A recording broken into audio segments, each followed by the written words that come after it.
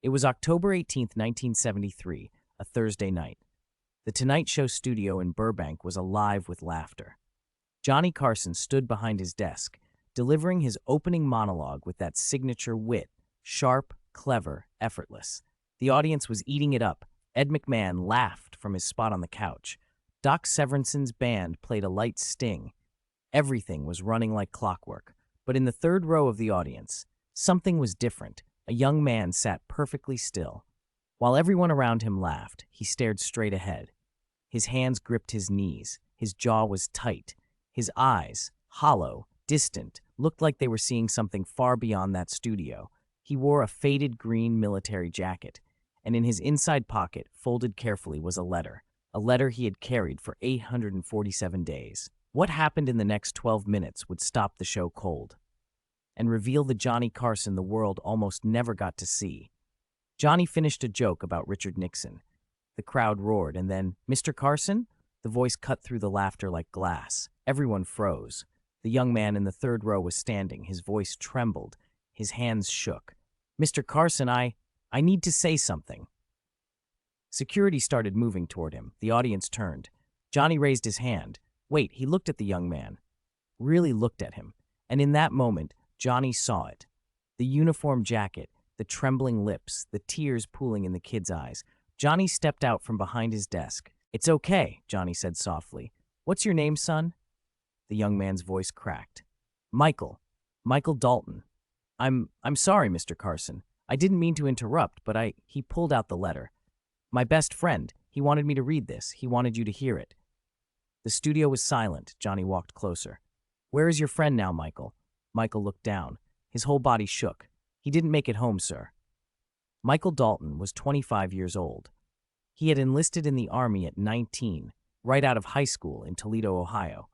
He'd been scared, but his best friend since second grade, a kid named Danny Reese, enlisted with him. "We'll go together," Danny had said. "We'll come back together." They were deployed to Vietnam in the summer of 1970, and in those jungle camps, in the suffocating heat and the constant fear, there was one thing that kept them sane: The Tonight Show. Every 2 weeks, someone would get a care package from home with a reel-to-reel tape. Somebody's mom or sister recorded Johnny Carson episodes and mailed them over. The guys would crowd into a tent, sit on ammo crates, and watch Johnny. For 30 minutes, they weren't in a war. They were back home, safe, laughing. "Danny loved you, Mr. Carson," Michael said, his voice breaking. He used to say that if he could just hear you tell one more joke, he'd make it through the next day. Michael wiped his eyes. On March 14th, 1971, we were on patrol. There was an ambush. Danny pushed me out of the way. He took the hit meant for me. The audience was crying now. Before the medevac came, he handed me this letter. He made me promise I'd give it to you. Michael held up the letter, wrinkled, stained, folded 100 times. "I've been carrying it for 2 years, Mr. Carson. I didn't know how to find you, but tonight I bought a ticket. I've been sitting here all night trying to find the courage." Johnny's eyes filled with tears. "Can I hear it?" Johnny asked quietly. Michael nodded. Michael unfolded the letter with shaking hands. His voice cracked as he read. "Dear Mr. Carson, my name is Danny Reese. I'm 23 years old, and I'm writing this from somewhere I probably shouldn't say, but I wanted you to know something. Every time we get to watch your show over here, it's like the war stops for a little while. We forget where we are. We forget what we've seen. We just laugh. I don't know if you'll ever read this. I don't even know if I'll make it home to mail it myself. But my buddy Michael promised he would. If you're reading this, it means I didn't make it. But that's okay, because I got to laugh. I got to feel normal. I got to remember there's still good in the world. Thank you for that, Mr. Carson. Tell a joke for me. Danny." Michael folded the letter. He couldn't speak anymore. The audience was silent, except for quiet sobbing. Johnny Carson stood there, tears streaming down his face, his hand over his mouth. For 15 seconds, he said nothing, and then he did something no one expected. He walked into the audience. He wrapped his arms around Michael Dalton, and he held him. "Thank you for keeping your promise," Johnny whispered. The cameras kept rolling, but Johnny didn't care. He looked at the audience.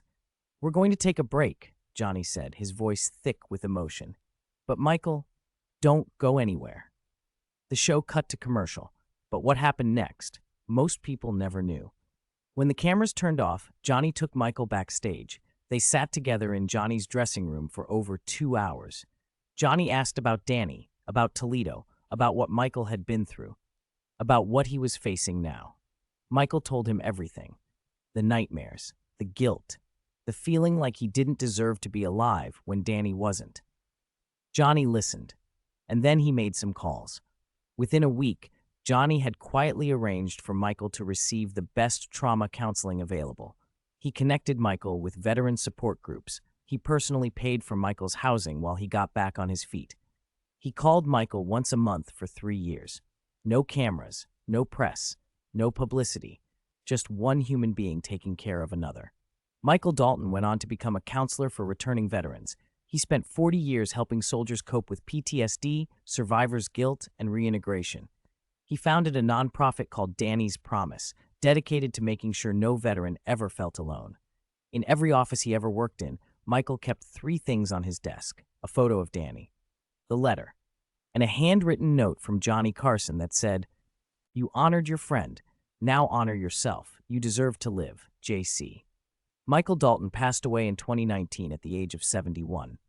At his funeral, his daughter read a statement he had written. "Johnny Carson saved my life. Not with money, not with fame, but with kindness, with time, with seeing me as a person, not a story. I've tried to do the same for every veteran I've ever met. That's Danny's legacy. That's Johnny's legacy. And I hope it's mine." This story isn't just about a talk show host. It's not just about a war or a letter or a moment on TV. It's about something deeper. It's about the quiet weight people carry, the grief they hide behind smiles, the letters they carry in their pockets, the promises they make to people who are gone. Michael Dalton walked into that studio carrying the unbearable burden of survival. He carried guilt. He carried loss. He carried a promise he didn't know how to keep.